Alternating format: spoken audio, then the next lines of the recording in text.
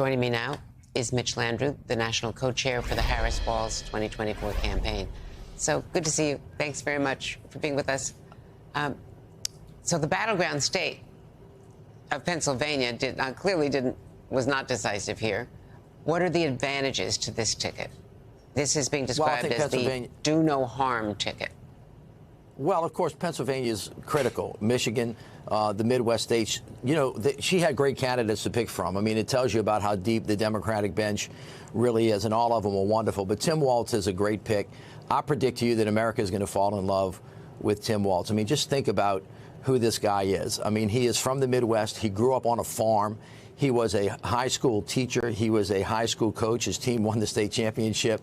He's been a veteran for, I think, 24 years serving in the Army. His dad was as well. He won in a congressional district that had previously been held by Republicans, which meant he had to cross over.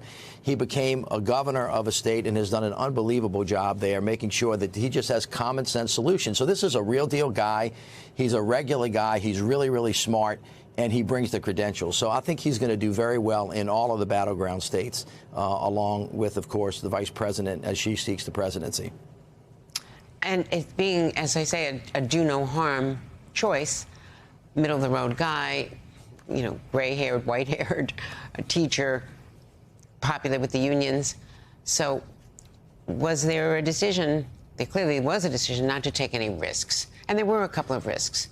There were some women's groups who were upset about one of the cabinet members in Pennsylvania, or one of the advisors. And there was, of course, the risk of, in the middle of all of the fighting over Gaza, when just, you know, a week or so ago, 2 weeks ago, the prime minister was here and was not talking about embracing the ceasefire deal, and then assassinates someone in the heart of Tehran, and we're now facing the possibility of war in the Middle East. Well, first of all, I don't agree with you that it's a safe, do no harm pick. I mean, Tim Walz has an incredible record that folks in America have always been looking for. I mean, if you think about who Donald Trump picked, he picked a guy that's not real. J.D. Vance is not who he says he is, and he's not ready to be the president of the United States. Vice President Harris actually picked somebody who actually is capable of governing from day one, should he be called upon to do so, and someone who has an incredible record of actually running something and getting things done. He also is a really great fit for all of the states across America. I mean, he grew up on a farm. This guy believes in the Second Amendment. He's a hunter. He's a fisher. He's going to be able to relate to lots of people. Let me say this. He can talk a dog off a meat truck.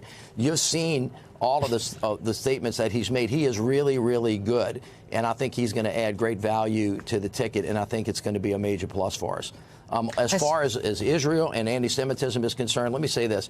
Vice President Harris has been really, really strong in her commitment to Israel. She understands that Israel is one of our greatest allies. She has been very aggressive in speaking out about anti-Semitism, as all of us should. Her husband, as you know, has led that effort on behalf of President Biden, and he's going to continue to do that. And Tim Walz is going to be just as strong on those issues as she is. And just moments ago, J.D. Vance said that he wants to debate Tim Walz. So here you've got J.D. Vance, and, you know, the way he portrays himself, representing Appalachia. And you've got Tim Walz, as you point out, he's a farmer.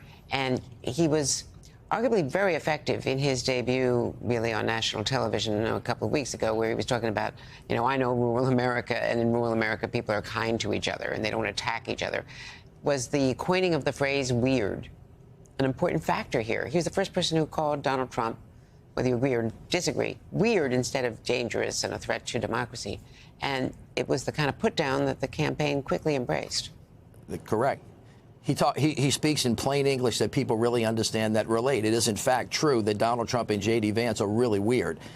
Everything that they think about is just so over the top and so strange. And Tim found the word that actually most of America went, oh, you know what? I recognize that. So listen, I'm going to buy a ticket to that debate between Tim Walz and J.D. Vance. I'm going to sit in the front row. I can't wait for it to occur. If there's anybody that understands middle America, it's a guy that grew up on a farm, that hunts, that fishes, that was a teacher, that goes to the state fair all of the time. I'm not sure J.D. Vance could find a hardware store in Appalachia, but Tim Walz can, and I bet you he can fix your car for you, too, before he actually goes to the governor's mansion and runs a really great state. So I feel really good about the pick. I think that the team is going to be great. Vice President Harris and he get along really, really well, and I'm looking forward to the next 90 or so days.